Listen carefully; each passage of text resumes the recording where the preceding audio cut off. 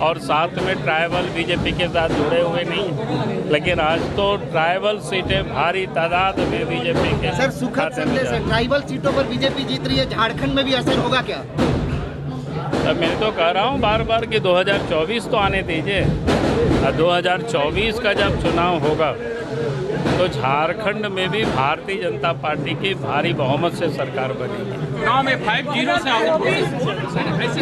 अरे वो तो अभी भी लोग कह रहे थे कि उन 3 राज्यों में बीजेपी साफ हो जाएगी, तो वो लोग कह रहे थे। उसको कहना अपोजिशन का काम है, कहने दीजिए, उससे क्या।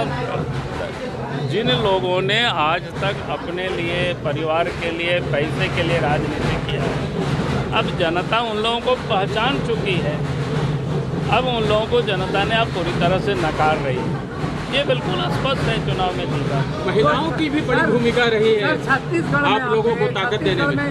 क्या कारण रहा कि वहाँ बीजेपी और प्रत्याशी? देख, कारण बिल्कुल राजनीतिक पंडितों को देखो, धोखा दे दिया। नहीं, राजनीतिक पंडितों को किसी को धोखा नहीं दे। बीजेपी तो कहीं कोई धोखे में नहीं थे।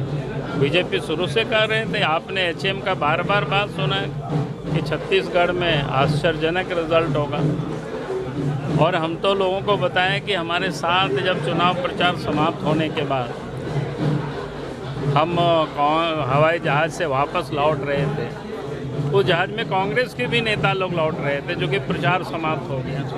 और उन लोगों ने बताया कि नहीं, पहले आप लोग कमज़ोर थे, लेकिन अब कड़े टक्कर में आ गए। जबकि उस समय 7 तारीख ही बीता था, यानी फर्स्ट फेज का चुनाव के प्रचार अभियान समाप्त हुआ था।